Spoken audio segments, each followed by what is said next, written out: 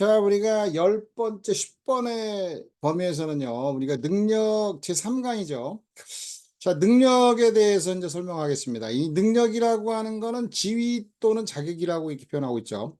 이제 권리 능력, 의사 능력, 행위 능력, 불법 행위 능력 이렇게 표현하는 거죠. 그럼 이제 권리 능력은 권리 능력자가 될 수 있는 자격, 지위, 의사 능력자가 될 수 있는 지위 또는 자격, 행위 능력자가 될 수 있는 불법 행위 능력자가 될 수 있는 지위 또는 자격을 의미한다 이런 얘기죠. 그래서 의미가 이제 지위 또는 자격을 의미한다라고 하는 것이고요. 이제 권리 능력은 우리가 인이라고 했잖아요. 인.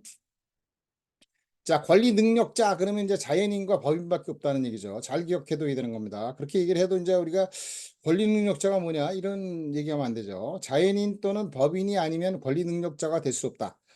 그래서 이제 우리 법률 관계에서 채권자도 되고 채무자도 된다 그러면 권리 능력자여야 한다. 그다음에 이제 권리 무능력자는 없다라고 하는 것이고요. 이게 권리 능력자가 된다 그러면 권리 의무의 주체가 되는 거죠. 그래서 권리 의무의 주체가 될 수 있는 지위 내지는 자격을 이제 권리 능력이라고 얘기하는 것이고요. 자, 의사 능력이다라고 하는 것은 단순하게 얘기하면 의사 판별 능력이에요. 이제 의사 판별 능력인데 요거를 이제 의사 능력은 자신이 한 의사 표시가 어떤 효과를 가져오는지에 대해 이해 내지는 판단할 수 있는 능력을 말한다면 복잡하게 얘기해놨죠. 판단 능력이라고도 한다 뭐 이런데 이런 건 다 잊어버리고요. 의사 능력은 의사 판별 능력이다. 자, 이렇게 얘기를 하고요. 우리가 민법상에 이제 선생님들은요. 대체적으로 7살을 기준으로 합니다. 그래서 7살 미만은 우리가 의사 무능력자고 7살 이후는 의사 능력자다라고 얘기하는 거죠. 자, 의사 능력자다라고 하면은 이제 우리가 행위 능력자를 얘기하는 거죠. 그럼 이제 행위 능력자다, 아니 행위 능력자가 아니고 제한 능력자다라고 얘기하는 거죠.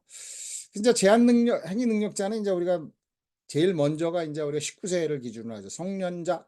그러니까 이제 우리가 7세부터 18세까 만 18세까지는 우리가 제한 능력자가 되고 만 19세가 되면 이제 행위 능력자가 되고 이제 행위 능력자다라고 하는 거는 의사 판별 능력으로 정해지는 거예요. 의사 판별 능력, 의사 능력으로 인해서 입법 정책적으로 이제 정하는 거죠. 이제 뒤에서 다시 한번 설명을 해보고요. 그게 무슨 말인지. 그래서 이제 의사 무능력자다 하면 유아 만취자, 정신상실자, 뭐 통상 정신병자라고 얘기도 하는데 이제 유아, 만취자, 정신상실자를 의사 무능력자다라고 얘기하는 것이고요. 자, 의사 무능력자는 이제 7세를 기준으로 하는데 의사 무능력자의 법률 행위는 무효다라고 얘기하는 거죠. 그래서 이제 이게 쉽게 얘기하면은 만 7세 미만이 가서 슈퍼에 가서 법률 행위하면은 처음부터 법률 행위가 성립하지 않는다. 무효다. 무효다라고 하는 건 처음부터 법률 행위가 성립하지 않는다. 이게 이제 무효죠. 처음부터. 그래서 이제 7세 미만은 이제 무효가 되고 7세 이후는 우리가 취소할 수 있는 제한 능력자가 되어버리는 거예요. 취소할 수 있는 법률 행위가 된다. 18세까지는. 근데 우리가 17세 정도 된 애가 슈퍼 가서 물건을 샀는데 그거를 뭐 우리가 제한 능력자니까 취소할 수 있는 법률 행위니까 법정 대리인이 와서 이거 취소한다 이런 싸움이 되죠. 복잡합니다. 복잡해. 이제 7세도 이거 정확하지가 않고 설명도 뭐 7세라고 얘기하는 것도 좀 맞지가 않고 그래서 이제 통상적으로 의사 무능력자는 유아 만취자 정신상실자다라고 얘기하는 것이고 통상 이제 제한 능력자 그래서 옛날에 행위 무능력자 이런 표현을 쓰면 이제 안 됩니다. 시험에서는 행위 무능력자 그러면 이제 틀리는 거죠. 제한 능력자라고 하면은 19세 미만 18세부터 뭐 이렇게 쭉 나오는 거는 이제 우리가 제한 능력자다 이렇게 되는 거죠. 그래서 이제 우리가 의사 무능력자의 행위와 제한 능력자의 법률 행위를 이제 우리가 이해를 하는데 그게 무효 취소 사유라고 하는 거예요. 네, 그래서 여기서 이제 하나 더 기억하고 넘어갈 게 이제 무효는 뭐고 취소는 뭐냐 이런 얘기죠. 그래서 이제 무효라고 하는 거 이제 행위 능력자, 행위 능력의 유무는 의사 능력으로 정한다. 의사 판별 능력이 있느냐 없느냐에 따라서 의사 판별 능력이 없는 게 이제 우리가 의사 무능력자고 의사 판별 능력 있으면 이제 우리가 행위 능력자다라고 하는 것이고 이제 행위 능력 의사 무능력자와 행위 능력자 사이에 있는 걸 제한 능력자다 이런 식으로 설명을 하는데 이게 이제 제일 문제가 됐던 거 우리나라에서는 이제 뭐가 문제가 됐냐면요 행위 능력자를 정하고 제한 능력자를 정하는데 우리가 20세로 정했잖아요 과거에. 그런데 이제 우리가 뭐냐면 미국이나 영국이나 독일이나 일본에서는 18세란 말이죠. 입법 정책적으로 지금 얘기하는 제한 능력자의 범위를 18세로 정했단 말이죠. 근데 우리는 의사 능력을 기준으로 해가지고 입법 정책적으로 20세를 했어요. 그래서 이제 문제가 막 되다가 이제 우리가 전 정권에서 이제 막 논의하다가 이제 뭐가 됐냐면은 우리가 이제 한 살을 내리자. 그럼 한 살을 내리면 19세가 고등학교 3학년이잖아요. 그럼 고등학교 3학년을 내리면 이제 성년자가 되는데 19세가. 그럼 19세가 투표를 해야 된다라고 하는 이런 불합리함이 생기는 경우라 이런 어떤 논의가 막 시끄럽게 복잡하다가 이 투표권을 주느냐 마느냐 막 이러다가 이제 19세로 갔잖아요. 근데 이게 18세까지 내리자라고 하는데 18세가 그러면 19세하고 18세의 차이가 뭐냐? 어떤 사람은 이제 19세라도 더 18세보다 못할 수가 있고 18세라도 19세보다 높은데 입법 정책적으로 정한 거란 말이죠, 이게. 그래서 이제 우리가 한국의 18살짜리 만 18세는 일본의 만 18세보다 정신 영역이 모자른다. 판별 능력이 모자르다. 말이 안 되잖아요. 그냥 입법 정책적으로 정하는 거다. 다시 정리하면 의사 판별 능력인 의사 능력을 중심으로 해서 요거를 이제 법으로 정하는 겁니다. 우리는 19세로 정했잖아요. 요거는 이제 행위 능력을 정하는 거다. 행위 능력을 정하는 거다라고 하는 것이고, 행위 능력, 의사 능력자, 의사 무능력자의 경우에 있어서는 법률 행위가 무효다. 그래서 법률 행위를 하자마자 무조건 무효니까 성립하지가 않는다라고 하는 것이고, 행위 능력자가 법률 행위를 하면은 요거는 우리가 이제 유효한 법률 행위가 되죠, 당연히. 근데 이제 행위 능력자가 아니고 제한 능력자가 법률 행위라면은 요건 취소할 수 있는 법률 행위다. 그럼 취소할 수 있는 법률 행위와 무효의 차이는 뭐냐? 취소할 수 있는 법률 행위는 취소권자가 취소하기 전에는 법률이 유효한 겁니다. 무효는 처음부터 법률이 성립하지 않고 취소할 수 있는 법률 행위는 취소권자가 취소하면 제한 능력자하고 이제 법정 대리인이 하게 되는 건데 요게 이제 우리가 무효가 돼 버리는 거죠. 취소할 수 있는 법률 행위가 제한 능력자의 법률 행위는 에, 행위를 하면은 유효하게 성립했다가 취소권자가 취소하면 취소가 되니까 취소할 수 있는 법률행위다.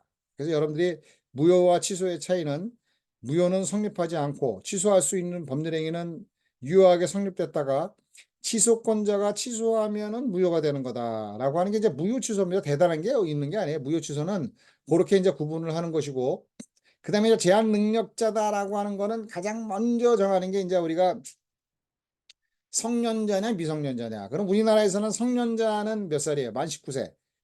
그죠? 만 19세다 이런 얘기죠. 그러면 이제 미성년자가 된다 그러면 뭐예요? 만 19세 미만 이렇게 되는 거죠. 그럼 19세는 유효한 법률행위를 할 수가 있고 18세는 유효한 법률행위가 아니고 취소할 수 있는 법률행위를 할 수 있단 말이죠. 그러면 이제 취소할 수 있는 법률행위는 처음부터 성립이 안 되는 무효처럼 성립이 안 되는 게 아니고 성립됐다가 취소권자가 취소하면 그게 뭐가 돼? 무효가 될 수 있는 거다. 무효가 되는 거다라고 하는 거죠. 이제 그 설명을 하고 있는 거예요. 그래서 이제 제한 능력자다라고 하는 부분들이 이제 뭐냐 이렇게 설명하는 것이고 옛날에 제한 능력자다라고 하는 거는 행위 무능력자다라고 하는 것으로 이제 정해진 거죠. 그래서 이제 행위 능력은 의사 능력을 기준으로 해서 입법 정책으로 정하는 능력이고 독자적으로 법률 행위를 할 수 있는 능력이다. 근데 이제 요게 그 우리가 행위 무능력자라고 표현하지 않고 이제 제한 능력자다라고 이제 우리가 설명하고 있다라고 하는 거죠. 근데 제한 능력자를 봐야 되는 겁니다. 그럼 제한 능력자가 뭐냐? 이제 제일 대표적인 게 이제 19세 미만. 요게 이제 미성년자죠. 이게 제한 능력자입니다. 독자적으로 유효한 법률 행위를 할 수가 없고 법률 행위를 하면은 그거는 이제 우리가 유효하지만 취소권자가 취소하면 무효가 되는 행위. 요게 이제 제한 능력자의 행위인데 이제 제한 능력자는 두 가지가 있어요. 우리가 이제 뭐냐면은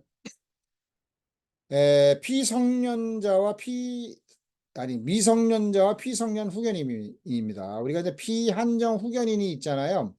이제 세 가지가 있는데 미성년자와 피성년 후견인은 제한 능력자고 그다음에 피한정 후견인은 제한 능력자가 아닙니다. 옛날에 이제 법이 있을 때는 미성년자와 한정치산자, 금치산자 이렇게 표현했잖아요. 그러면 한정치산자와 금치산자라는 표현은 문제 범죄적인 요소가 이상하잖아요. 그래서 일본식 표현인데 이런 걸 없애버린 겁니다. 그래서 성년 후견 제도를 이제 정립을 하면서 미성년자와 피성년 후견인은 우리가 원칙적으로 제한 능력자다 이렇게 되고 이제 우리가 피한정 후견인을 한으로 된 우리가 재판을 받아서 피한정 후견인이 됐다 심판을 받아서 라고 해도 피한정 후견인은 제한능력자가 아니고 능력자입니다 원칙적으로 우리가 이제 잘못 생각하는 게 요게 피한정 후견인은 제한능력자다 이렇게 설명하는 거는 틀린 거죠. 그래서 이제 우리가 피한정 후견인이 민법에서도요 피한정 후견이 법률행위라면은 법정 대리인 취소할 수 있다 이런 게 없습니다.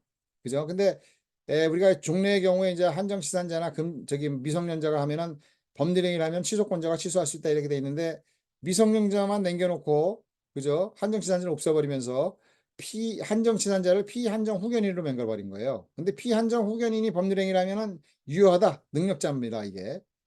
그런데 이제 우리가 요 능력자다라고 해놓고 피한정 후견인이 이제 법률행위를 하잖아요. 그럼 왜 능력자라고 얘기했던 게 뭐냐면 지체야, 자폐증 이런 게 이제 피한정 후견인인데 우리가 일률적으로 우리가 그 옛날에는 행위 무능력자라 제도를 두고 행위 무능력자라고 그랬잖아요. 요걸 제한 능력자로 바뀌었잖아요. 근데 정신지체나 자폐증의 환자도 일정한 범위 내에서는 유효한 법률행위를 할 수가 있는데 무작정 우리가 그 제한 능력자로 하지 말자. 이런 게 이제 우리가 2013년도에 법을 바뀌면서 이제 그런 어떤 의도가 논의가 있었던 겁니다. 그래서 이제 이게 일단은 피한정 후견인은 뭐예요? 우리가 행위 능력자다. 그러나 제한된 범위 내에서는 제한 능력자다. 이런 거죠. 그래서 피한정 후견인의 심판을 받고 다시 이제 우리가 13조에 보면 민법 13조에 보면 가정법원에 의해서 제한된 범위 내에서 법정 대리인이 대리해 줄 수 있도록 법정 대리인이 법률행위라면은 유효한 법률행위 아니고 가정법원에서 제한된 범위 내에서는 법정 대리인이 취소할 수 있다. 이게 13조에 다시 규정을 하고 있는 거예요. 원칙적으로 피한정 후견인이 법률행위를 하면은 제한할 수 있다. 이런 게 아니고 그죠? 가정법원에서 제한된 범위 내에서는 우리가 취소할 수 있는 법률행위다 법정 대리인이 이렇게 되어 있는 겁니다. 그래서 정확하게 우리가 법적으로 이런 내용들을 우리가 이제 민법 선생들이 이제 그렇게 맹글어 놓고 그때 이제 검사 그다음에 이제 우리가 그 판사 그다음에 이제 우리가 무슨 부모 제한 능력자가 될 만한 정신지체의 지체야 또는 자폐증 부모들이 모여가지고 했는데 약간의 법적인 어떤 부분들을 설명하고 있었는데 약간의 어떤 모자람이 있어요. 검사가 중심이 됐기 때문에 검사들이 좀 약간 공부하는 부분에서는 판사 쪽보다는 조금 덜 하는 부분이었어가지고 우리가 정확하게 이제 이 설명을 좀 안 하고 그다음에 이제 민법을 이제 이렇게 설명해 놨는데 민법에서는 피한정 의견인이 행위 능력자로 해놓고 원칙적으로 그다음에 예외적으로 이제 우리가 제한 능력자다 이렇게 설명했는데 상법에서는 이제 선생님들이 보면서 피한정 후견인은 그냥 한정치산자가 피한정 후견인이 된 거다. 이렇게 설명을 버린 거예요. 민법을 잘 모르니까. 그래서 피한정 후견인이나 미성년자나 피한정 후견인은 같으니까 이건 동일하게 취급을 해버린 겁니다. 그래서 피한정 후견인은 제한 능력자다. 이렇게 설명하는 거죠. 틀린 거죠. 우리가 이제 그 정찬영 교수 체계를 보면은 피한정 후견인은 원칙적으로 제한 능력자가 아니고 능력자라는 표현을 하고 있습니다. 근데 최근에 선생님들은 이제 이런 것들도 다 이제 보는지 안 보는지 모르지만 요걸 이제 피한정 후견인을 우리가 제한 능력자로 못 박아버렸죠. 틀린 겁니다. 그래서 미성년자 피성년 후견인은 뭐예요? 제한 능력자다. 그 다음에 피한정 후견인은 제한 능력자가 아니고 원칙적으로 능력자다. 그러나 제한된 범위 내에서는 제한 능력자가 된다. 가정법원에서 제한한 부분에 의해서는 제한 능력자다. 그때는 법정 대리인의 동의 허락을 받아서 법률 행위야 유한 행위라고 그 범위 내에서 동의 허락 없이 하면은 뭐가 돼요? 그러나 그거는 이제 우리가 취소할 수 있는 법률행위가 된다. 그러면서 13조에서 나오는 게 뭐냐면은 가사상의 일상에 뭐 일상적으로 우리가 하는 그런 행위는 취소할 수 있는 법률행위가 아니다. 이렇게까지 설명하고 있어요. 그러니까 원칙적으로 뭐예요? 피한정 후견인은 우리가 행위 능력자다라고 하는 그런 개념인 거예요. 잘 기억해둬야 됩니다. 이제 여기서 이제 시험에서는 이런 것들 우리가 잘 안 내요. 선생님들은 우리가 민법 선생님들은 이게 하면서 피한정 후견인이 제한 능력자인지 능력자인지 이것도 잘 구분을 안 합니다. 그러면서 이제 일부적으로는 이제 피성년 후견인, 미성년자, 피성년 후견인, 피한정 후견인은 제한 능력자다. 이거 틀린 표현이죠. 미성년자, 피성년 후견인은 제한 능력자, 피한정 후견인은 능력자, 제한된 범위만 제한 능력자다. 이렇게 기억을 하면 되겠고, 피한정 후견인의 경우에 이제 우리가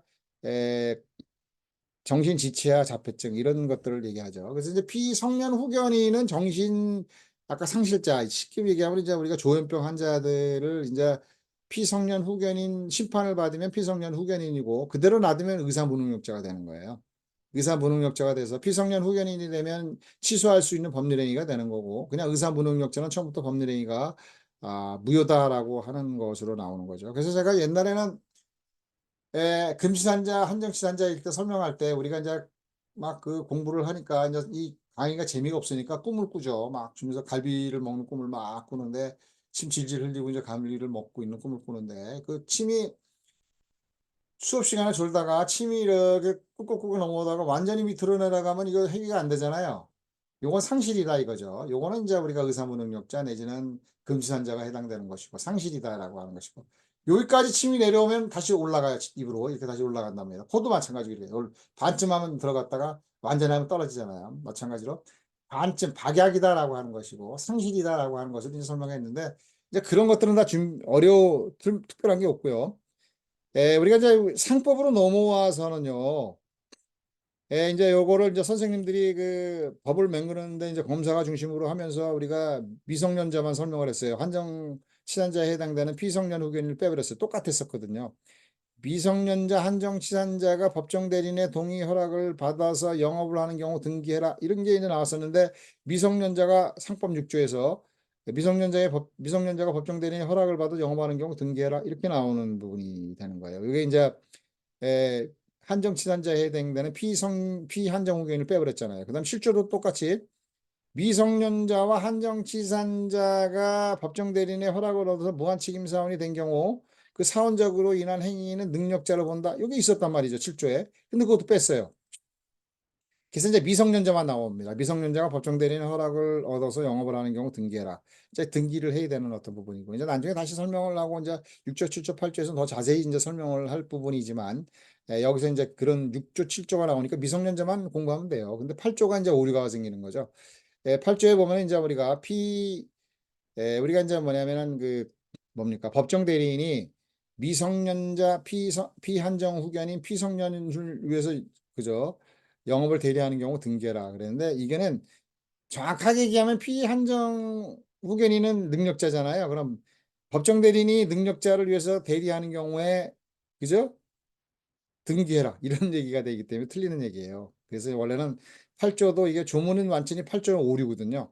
그래서 피한정 후견인이 저기 뭐야 가정법원에 의해서 제한받은 범위 내에서 법정 대리인이 대리하는 경우 그죠? 그런 경우에 있어서는 등기해라 이렇게 하는 게 맞는 건데 그런 거 없이 그냥 미성년자 피한정 후견인 피성년 후견인을 위해서 법정 대리인이 대리하는 경우는 등기해라 8조에 이제 나와 있는데 요거는 조금 잘못된 부분인데 아무도 지적을 안 하고 있습니다. 그래서 여러분들이 이제 시험을 볼 때는 그냥 그대로 8조에 이제 8조 1항에 나와 있는 그 부분이요. 미성년자 피한정 후견인 피성년 후견인을 위해서 그죠?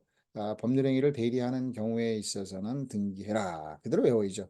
그리고 이제 뭐냐면 6조 7조는 미성년자만 공부하면 되고 피한정 후견인을 거기다 섞어서 얘기하면 문제가 안 되니까 문제를 안 내요.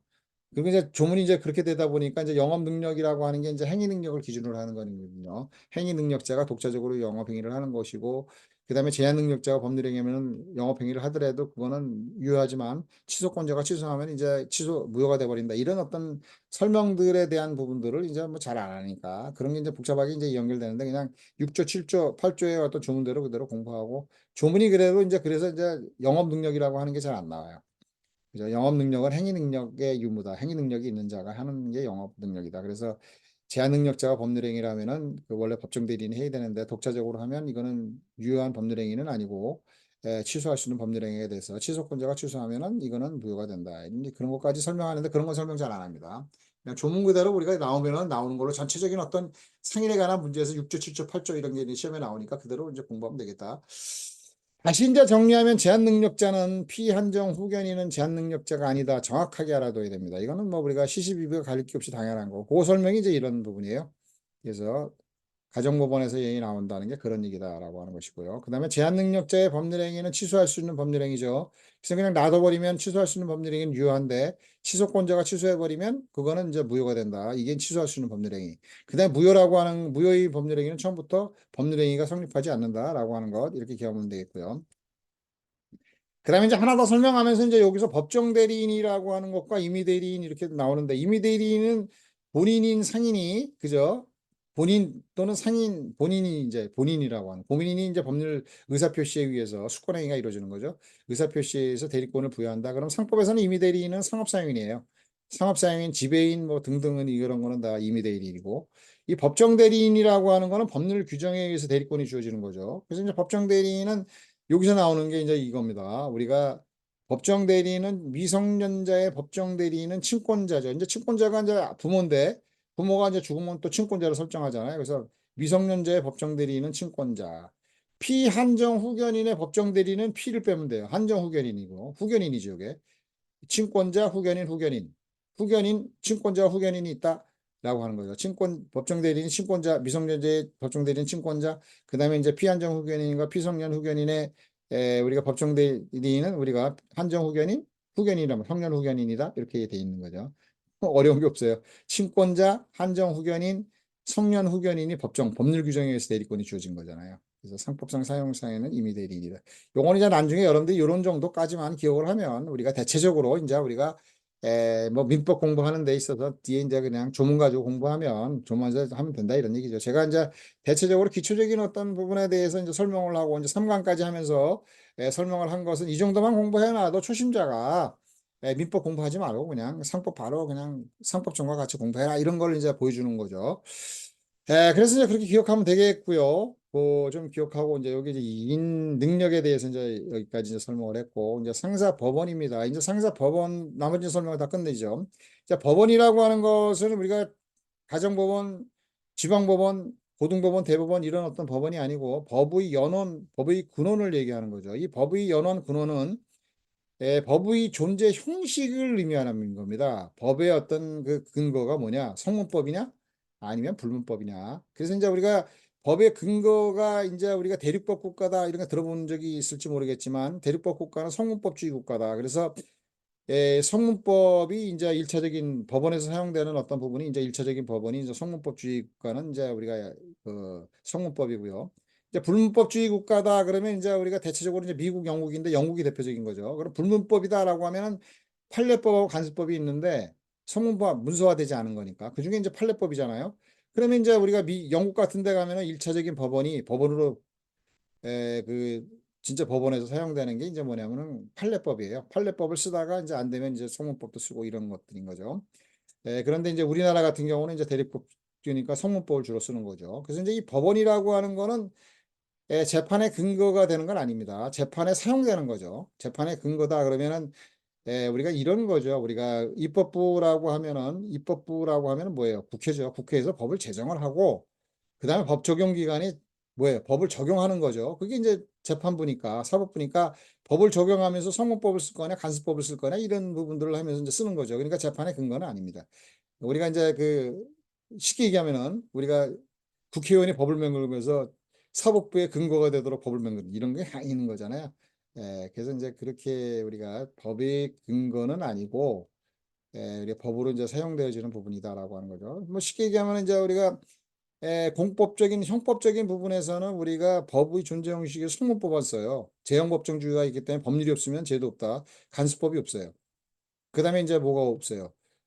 유추적용도 안 되고 이런 거죠. 성문법만 쓰는 건데. 근데 이제 사법의 영역에서는 뭐 우리가 당사자 의사표시를 존중하잖아요. 그러니까 이제 사법도 이제 법전도 쓰고 그다음에 이제 간수법도 쓰고 근데 판례법은 인정 안 하고 조리를 뭐 민법에서 법원에 조리면 나오지만 조리도 인정하지 않습니다. 조리가 대체 인정 안 하는 게 뭐냐면 조리가 되는 것은 학자들의 어떤 일반적인 어떤 그 합리적인 어떤 올바른 판단인데 의식인데 그 기준이 되는 어떤 올바른 인식관계, 의식관계를 결정해 주는 게 교수들입니다. 교수님들이 이제 정해놓잖아요. 그럼 교수님들이 학설을 만들어 놓으면 그게 조리가 되고 조리가 법이 되면 안 되잖아요. 그러면 교수님들의 학설은 민법상 조리에 해당되고 법이다. 이러면 안 되잖아요. 그래서 조리의 법원성도 인정 안 하고 판례 법원, 민법은 좀 다르지만 하여튼 조리도 인정 안 하고. 그러니까 상법에서는 이제 법의로고 인정하는 게 법원으로 인정하는 거는 상법전하고 이제 우리가 뭐가 있습니까? 우리가 그 간수법 있고 판례법은 이제 인정하지 않죠. 그래서 이제 우리가 대체적으로 이제 재판의 근거가 된다라고 하면은 이제 대체적으로 뭐냐면 적용 법규 정도가 되는 거예요. 사실 이제 상사에 관해서 법법에 규정이 있으면 상간수법에 의하고 여기까지가 법원이거든요. 그다음에 이제 상간수법으로도 없으면 민법을 적용해라 이런 얘기죠. 그럼 민법은 상법의 법원이 아니잖아요. 처음에 민법에서부터 상법이 독립해 나와서 그 자주성이라고 하는 부분에 뒤에서 설명하지만 민법의 상하라고 하는 게 서로 영향을 주니까 민법이냐 상법이냐 모르는 거야. 거의 다 상법의 범위가 민법이었던 게 독립해 나오면서 이제 민법은 민법, 상법은 상법 이렇게 돼 있는 거예요. 그러니까 상법의 법은 상법이고 민법의 법은 민법이죠. 이렇게 이제 구분을 해놔서 서로 자주성이 있는 건데 민법 상법 1조의 경우에 예를 들어서 이제 상법 상가수법도 없으면 민법도 적용하라. 그럼 민법이 상법의 법원이 아니잖아요. 그럼 재판의 경우에 이제 상법하고 상간수법 하다가 이게 좀 모자라가지고 민법을 적용하는데 민법을 적용했다. 그럼 민법이 재판에 쓰인단 말이죠. 적용법규잖아요. 그거는. 그럼 이제 이 상법의 법원으로 쓰는 게 아니고 적용법규로 쓴다 이런 거죠. 그래서 재판의 근거 이런 거는 재판의 근거로 사용되는 부분이 되긴 하지만 법원이라고 하는 게 재판의 근거다 이런 건 아니고요. 근데 법원은 하나의 어떤 그 법의 존재 형식이다. 성문법으로 존재했느냐 안 하느냐 이런 유무를 따지는 거다라고 하는 것이고 현재 시험에서 이제 이런 얘기들은 시험에 나오지는 않고요. 그냥 이제 성문법이 뭐고 그다음에 상문법에서 불문법이 뭐고 이런 거 따지는 거죠. 그런데 성문법에서는 이제 우리가 이렇게 기억하는 겁니다. 상사자치법, 그다음에 상사재정법 이렇게 이제 구분을 하게 되는 것이고요. 이제 상사자치법은 이제 우리가 통상 정관을 의미해요. 정관이 왜 자치법이냐 이런 거 필요 없습니다. 상사자치법은 정관을 의미하고 이건 상법의 법원의 일종이다 이렇게 이제 설명하고 있는 거니까 그대로 따라가면 되고. 이제 상사재정법에서는 상사특별법이 있고 상사일반법이 있다는 거죠. 상사일반법은 상법전을 얘기하는 거예요. 그래서 이제 통상적으로 이제 상사특별법으로는 자본시장과 금융투자에 관한 법률 이렇게 이제 시험에서 이제 자주 나오는 것들 중에 하나였는데 이제 요게 이제 우리가 뭐가 나와요? 우리가 이제 주식회사 등의 외부 감사에 관한 법률 이것도 우리가 시험의 범위에 들어가잖아요. 요거는 상사특별법입니다. 그죠?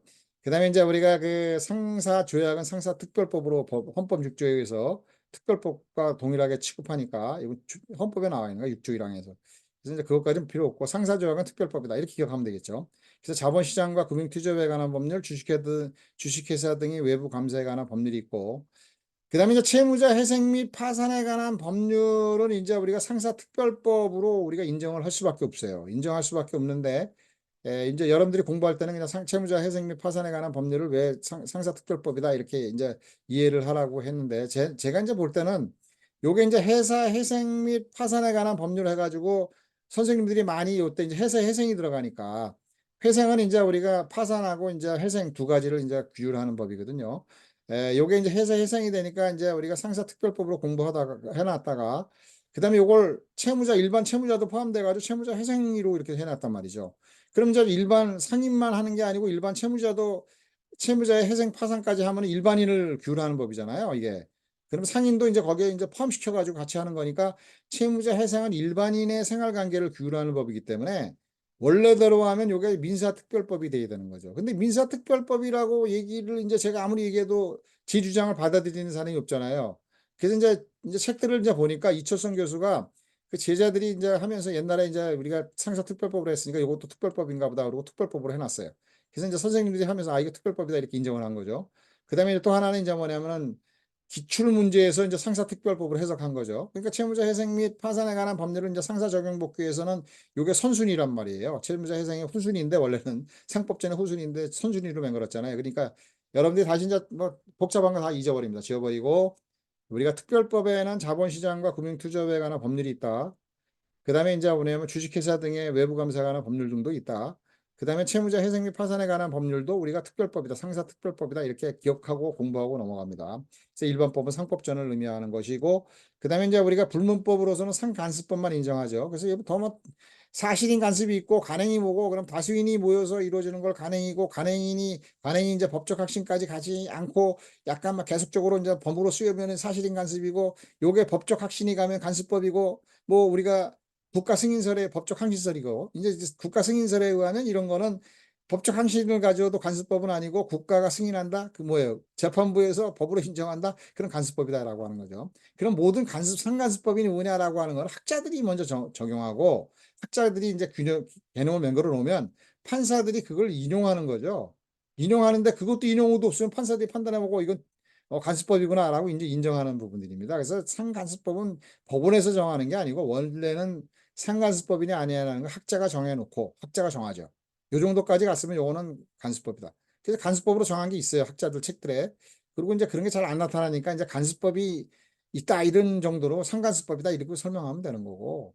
뭐 나머지는 다 잊어버리고요. 그래서 불문법에는 상간수법이 있고 판례법이나 조리는 포함이 안 되는 거죠. 그래서 불문법으로는 상간수법이 있다 이렇게 기억하면 되고 그다음에 이제 보통거래 약관 딱 따돌아야 되는데 보통거래 약관은 법원으로 인정되지 않는다. 법규범이 아니다라고 하는 거죠. 근데 왜 우리가 보통거래 약관에 의해서 계약이 성립이 되느냐? 계약이 따라간다. 그러면 보험을 놓고 보면은 우리가 정확하게 아는 건데 계약의 당사자들이 당사자 합치에 의해서 계약이 이루어지면 되는데 통상 계약을 할 때 약관을 가지고 계약을 하잖아요. 그럼 약관에 의해서 따라서 거래가 이루어졌는데 약관에 따라 거래했는데 거기에 구속돼야 되죠.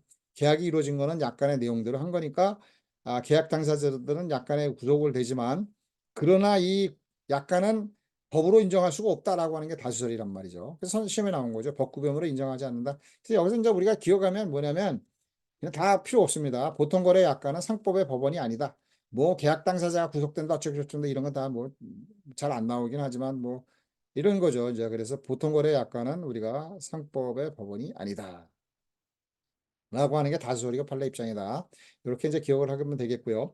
그다음에 이제 요게 그 법원과 관련된 문제가 이제 시험에서 이제 조금 나오다 이렇게 나왔잖아요. 13년도에 이렇게 시험에 나왔으니까 또 이제 우리가 섞여서 약간은 우리가 상사 법원이다. 법규범에 해당된다. 이런 식으로 나오면 틀리는 거죠.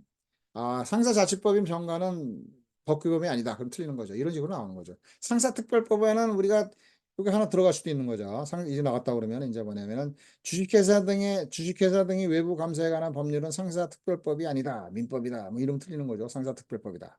그죠? 그다음에 또 하나는 채무자 회생 및 파산에 관한 법률은 상사특별법이다. 그리고 넘어가야죠. 선생님들이 이제 선생님이 하나 책에 써놓은 것도 있고 이러니까 뭐 시험에도 나왔고 그러니까 어쩔 수 없이 우리 상사특별법으로 인정하고 넘어갑니다. 자, 그렇게 해서 기억하면 돼요. 이런 건 문제가 되고. 그다음에 이제 이런 거는 이제 시험에 나왔던 적이 있으니까 한번 보는 거예요. 또 혹시 베낄지도 모르니까. 상사에 관한 특별법령은 새로운 상법이 시행되는 애도 이게 새로운 상법이라고 하는 건 상법전이에요. 그럼 일반법이잖아요. 일반법이 시행됐는데 일반법이 그 특별법을 구속하지는 못하죠. 특별법이 더 우선하는 거죠. 그래서 이제 새로운 상법이 시행된 후에도 그 효력이 있다. 시행법에서는 당연히 나오고 13년도에 나왔단 말이죠.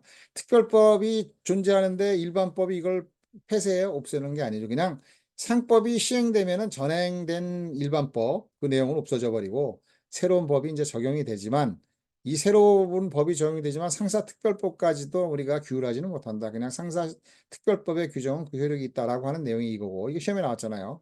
그래서 이제 그런 내용이 설명은 바로 그런 얘기입니다. 그래서 조문대로 이걸 외워야 되는 거잖아요. 우리가 나왔던 거니까 이게 바로 덧칠 한다는 거죠. 이론이 이런 걸 상사에 관한 특별법령은 새로운 상법이 시행되는 후에도 그 효력이 있다.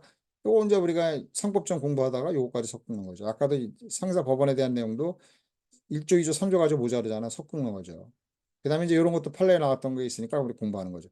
판례에 따르면 예금 통장 제시가 없어도 예금 지급 청구서 우리가 은행에 가가지고 종에다 적어가지고 통장에 인장과 맞으면 그냥 지급해 주잖아요. 그럼 이거 상간수법이냐? 이건 상간수법이 아니고 은행의 간행이다. 그래서 이건 상간수법에 해당되지 않는다 이런 얘기죠. 예금 지급 청구서로 도장 찍어가지고 제출하면 돈 준다. 이런 거는 상간수법은 아니고 그냥 은행 간행이다.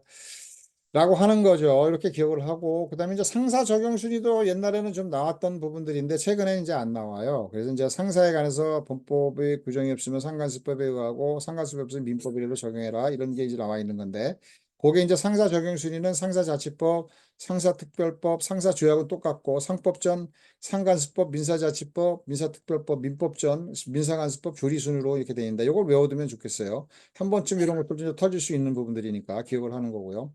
제1조의 규정은 이제 상사에 관해서 에, 적용할 때 상법이 없으면 이제 상간수법이 외우고 상간수법이 없으면 민법이라도 적용하라는 뜻인 거죠. 그래서 이제 시험에 나온 게 자본시장과 금융투자에 관한 법률과 채무자 회생 및 파산에 관한 법률은 상법전에 우선해서 적용된다라고 하는 것이죠. 자, 이런 것들을 이제 기억을 해두고요. 그 다음에 이제 우리가 민법의 상하의 내용입니다.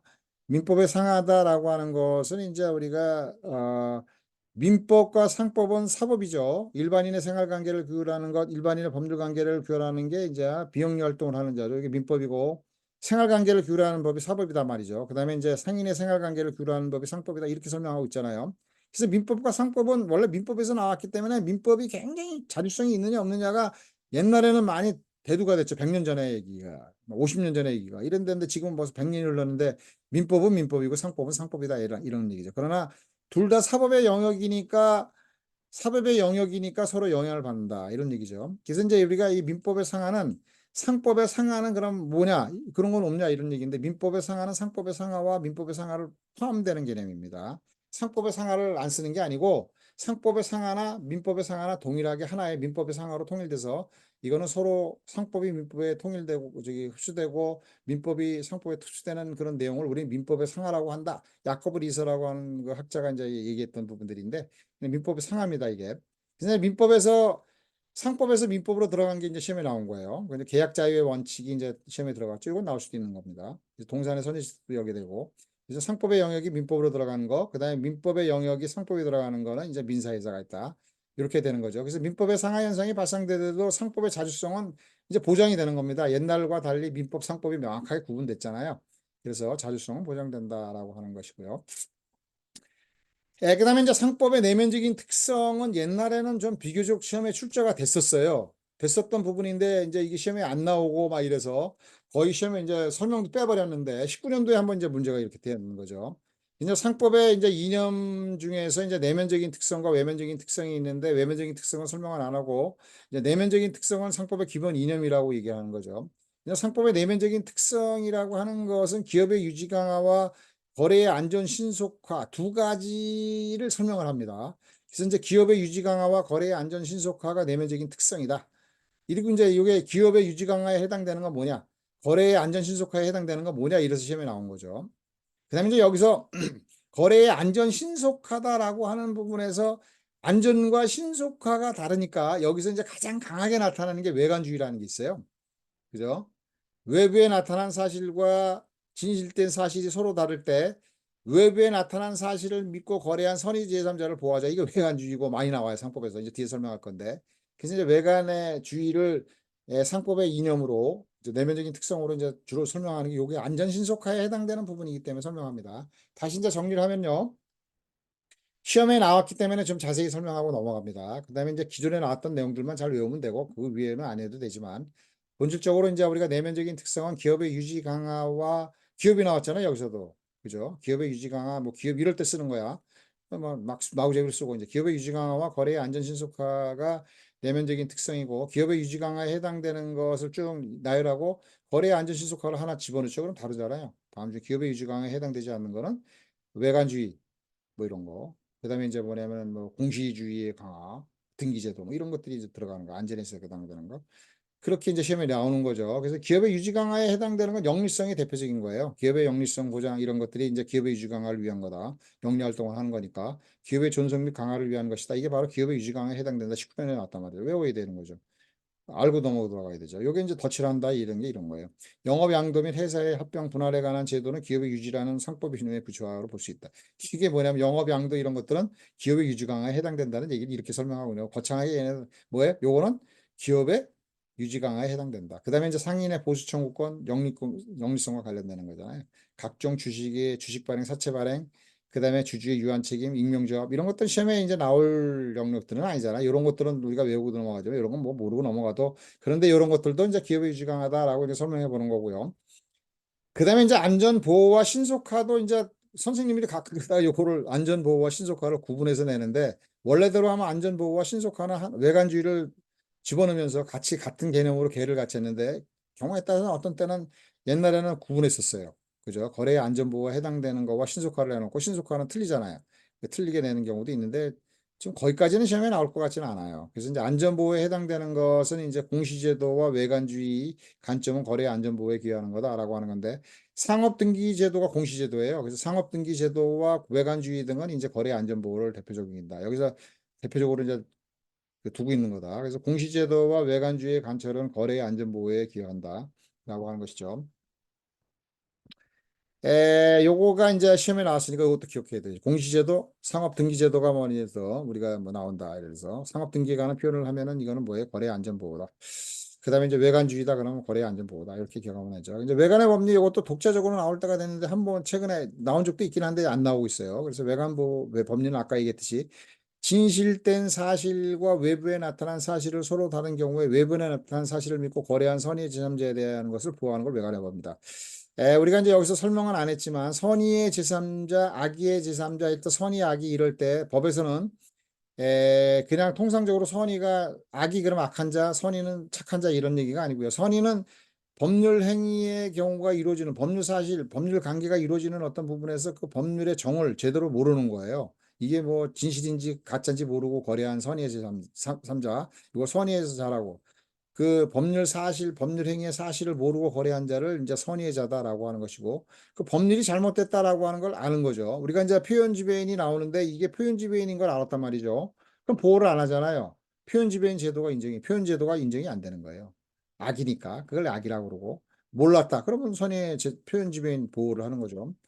자, 이제 이게 부분입니다. 그래서 선의의 제3자의 경우만 이제 보호한다. 선의 악의가 뭐냐? 알고서 거래했다. 그럼 악의. 모르고서 거래했다. 그러면 선의의 제3자다. 이런 거까지 이제 그거도 이제 다 조금 그럴 것까지만 공부하고 아까 얘기했잖아요. 우리가 본다, 의제, 간주 이건 똑같은 거다. 그런 정도 이제 뒤에서 좀 설명하면 이제 그것만 설명하고 나머지 민법 필요 없어요. 필요 없다. 이런 거. 거의 필요 없다라고 생각을 해야 합니다. 그래서 그냥 공부하다 보면 조금 나오는 건 이제 공부하면 되고 민법 공부해야 되지 막 이렇게 고민 삼을 필요 없다라고 하는 것이죠. 상법 공부하는 사람들 이 정도만 알면 뭐 이론 공부할 필요 없이 이제 그냥 하다가 이제 조금씩 덧칠하면 됩니다. 이 덧칠하는 게 바로 이런 거예요. 시험에 나왔던 거.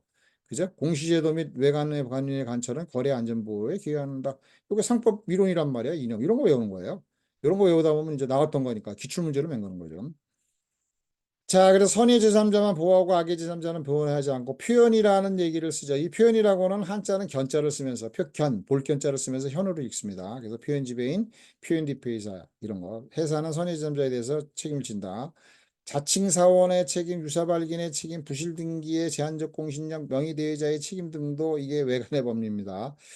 그런 것들이 이제 우리가 옛날에 나왔었는데 잘 안 나오는데 이 외관의 법리는 한 번쯤 또 다시 실수로 나올 때 요런 요기 정도까지가 이제 이렇게 시험에서 같이 연결돼서 나올 수가 있는 부분들이니까 한번 알아두면 좋고 거의 시험에 안 나와요. 이런 거 안 냅니다. 이제 이론적인 거 안 내는 거 머리고 이게 시험에 안 나왔잖아. 그러니까 안 내버리고 그냥 대상하는 거야. 두 문제 내면서 뭐 이것까지 찾아가지고 낼 정도로 정성이 좀 있는 건 좀 아닌 것 같다. 이런 거고요. 그다음에 이제 거래의 신속화라고 하는 어떤 부분과 거래의 증권화 계약의 정형화는 같은 계를 하는 겁니다. 근데 이제 구분해서 하는데 상행의 대리 비현명주의를 취하는 안지 공부하면 되고 상사채권의 단기 5년, 민사는 10년, 상호계산 등이 있는 것은 거래의 신속화에 해당된다. 이거 시험에 안 나오니까 고리의 증권화 계약의 정형화는 화물상환증, 주권, 사채권, 뭐 보통거래약관 이거는 고래의 권리의 증권화 계약의 정형화에 해당된다. 신속화에 해당되는 거죠. 같은 거다. 이런 거죠. 걔를. 근데 시험에서 이제 거의 안 나오니까 모르고 넘어가도 되는데 이제 하나가 이제 옛날에 이런 것들이 나왔어요. 주식의 발행, 사채의 발행 그러면 요거는 자금 조달을 위하니까 기업의 유지 강화에 해당되는 것이다라고 하는 것이고 그다음에 주권을 발행하거나 사채권이라는 건 유통을 위한 거잖아요. 전환 사채권, 사채권이 들어가. 주권, 신주 인수구 사채권 뭐 이런 게 들어가는 거죠. 그러면 주권 사채권은 신속화에 해당되는 거예요. 권리 증권화 여기 해당되면 신속화에 해당되는데 우리가 이제 이때 시험에 나오는 거. 주식 사채를 해놓고 거래의 신속화에 해당된다. 틀리는 거죠. 기업의 유지 강화에 해당되고 요거는 뭐예요?